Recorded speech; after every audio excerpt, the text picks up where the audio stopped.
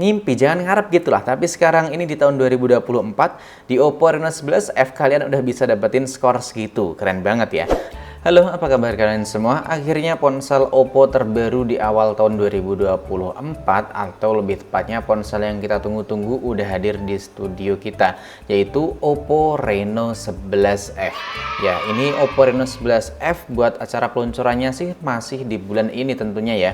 Dan buat harganya buat sekarang ini saya belum tahu buat harga pastinya.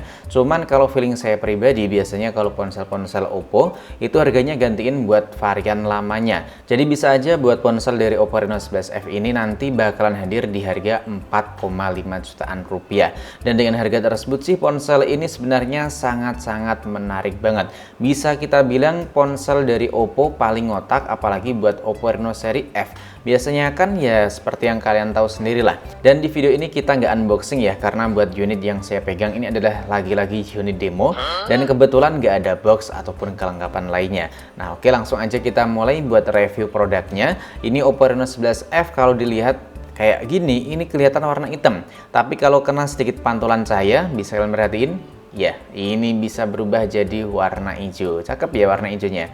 Kelihatan seger gitu. Dan buat setup kameranya sih ya masih memiliki ciri khas buat ponsel Oppo di tahun 2023 ataupun 2024. Dan ini yang kelihatan cukup unik di bagian BAM kamera atau di bagian frame kamera kayak gini. Dan sekarang ini nggak ada keterangan OIS, tapi ini keterangannya inovatif AI kamera. Emang sekarang ini kita hidupnya di zaman atau di era AI ya. Apa aja pakainya AI kayak gitu. Dan ini kameranya mantap, ada kamera satu gede, kemudian dua kamera di bagian bawah dalam lingkaran jadi satu maksudnya. Kemudian ada branding Oppo-nya di bagian tengah kayak gini.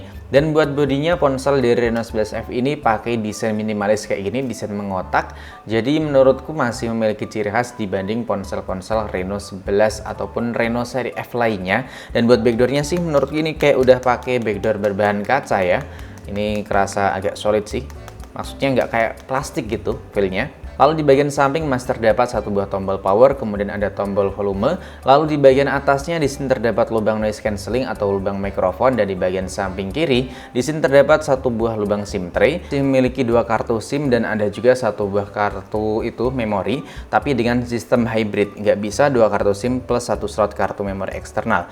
Dan ini sih menurutku udah tergolong cukup menarik ya, karena buat ponsel dengan harga segini, lebih tepatnya buat ponsel yang udah pakai chipset 5G, itu biasanya malah udah pada diilangin tuh buat slot kartu memori eksternal. Lalu di bagian bawahnya di sini terdapat satu buah lubang speaker, port USB Type-C, dan juga satu buah lubang mikrofon. Dan kayak ada yang kurang ya, kalian tahu nggak apa yang diilangin di bodi ponsel Reno 11 5G? Ya, ponsel ini nggak ada buat lubang jack audio 3,5 mm.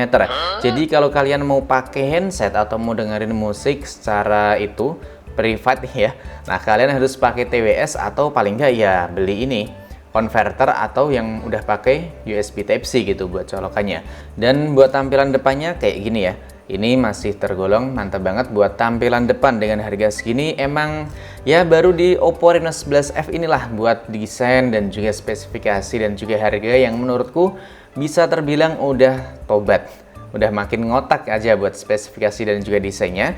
Misalnya dari bezel di bagian atas, kanan, kiri, dan juga dagu di bagian bawah ini udah kelihatan tipis ya, meskipun buat harga segini dari brand-brand lain masih ada yang kelihatan lebih tipis lagi. Tapi kalau kita lihatnya dari brand Oppo ini menurutku udah mantep banget. Lalu buat tampilan depannya ponsel ini pakai tampilan layar punch-hole atau tampilan layar neo display. Dan buat spesifikasi layar, ponsel ini memang memiliki sedikit penurunan dari ponsel Reno 11 5G yang udah sempet kita review dan unboxing kemarin. Selain itu, di ponsel Reno 11F ini nanti bakalan ya bisa kita bilang versi murahnya Oppo Reno 11 5G, karena masih tergolong cukup banyak sih beberapa spesifikasi yang dimiliki dari Reno 11 5G yang ada di ponsel Reno 11F ini. Ya misalnya kayak layarnya tadi. Dan kita lihat di bagian sini, di bagian layar, apakah buat refresh rate-nya masih sama atau enggak. Nah ini buat refresh rate-nya masih sama. Nih bisa kalian lihat ada otomatis, standar, dan juga tinggi. Sekarang ini buat tampilan depan ini ya, kita lihat buat wallpaper dan juga gaya. Nih masih ada buat always on display. Manis tadi ada always on display. Oh ini masih terdapat always on display. Dan ini masih tergolong komplit semua, masih ada nih kayak gini ya. ya masih cukup komplit lah. Nah, jadi ponsel ini mantep ya, udah punya sensor stick jari under display buat Oppo Reno 11F. Dan buat layarnya, ponsel ini punya kerapatan di 394 pixel. Kemudian ada mode HDR10, HLG, HDR10+. Jadi udah tergolong mantep banget. Harusnya sih kalau kita pakai buat nonton konten di YouTube udah support dengan konten HDR ya. Langsung aja kita cek sama-sama buat muter konten di YouTube. Ini kalau kita lihat kayak gini, kayaknya sih udah punya ini ya, bisa support dengan konten HDR karena gambarnya menurut sih ini mantep banget, adem dan juga tajam di mata. Nah, kita lihat lagi buat resolusi pemutaran mentok nyampe berapa dan bisa muter, iya bener. Ya, bisa muter konten HDR, bisa nyampe resolusi 2160p 60 fps dan bisa konten HDR. Sekarang mari kita dengarkan sama-sama buat kualitas audio yang dimiliki oleh Oppo Reno 11 5G ini.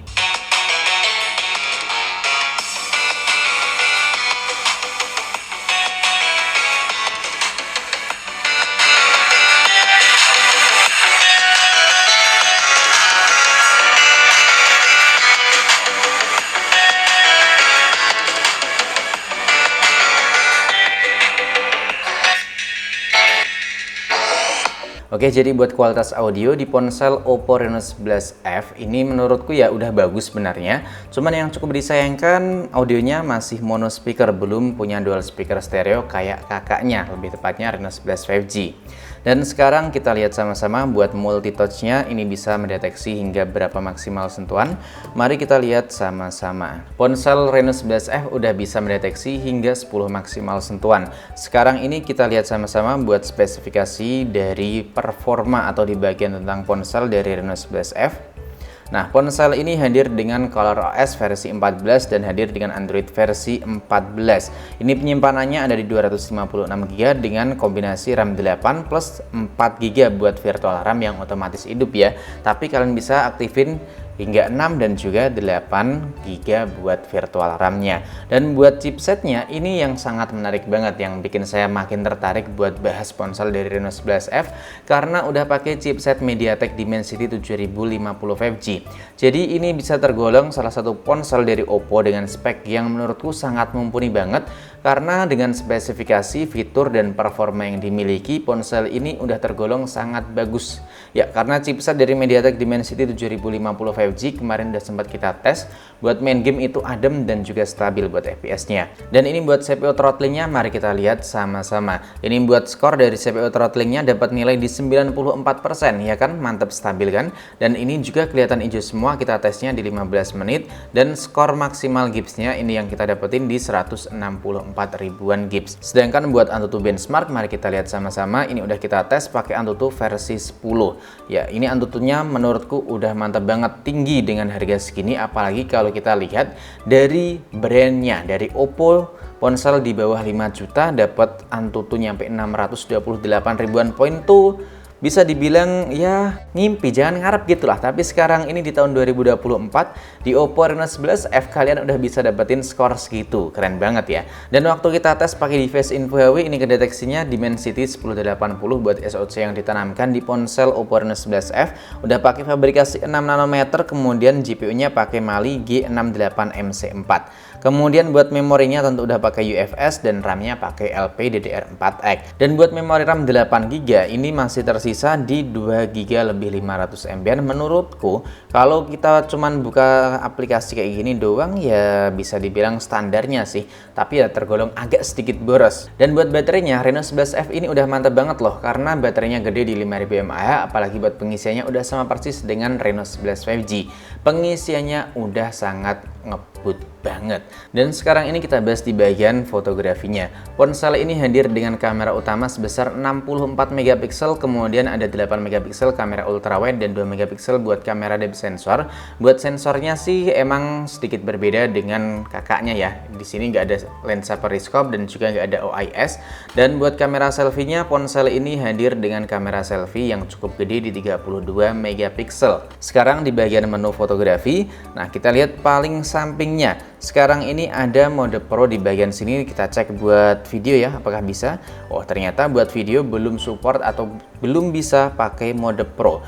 Dan sekarang ini di bagian perekaman video kita bisa setting ini buat bukaan lensa atau perekaman video bokeh itu bisa pakai bukaan lensa di f1.4, kemudian ada 2 kali optical zoom, dan ada buat sistem stabilisasi buat resolusi di 1080 60 fps.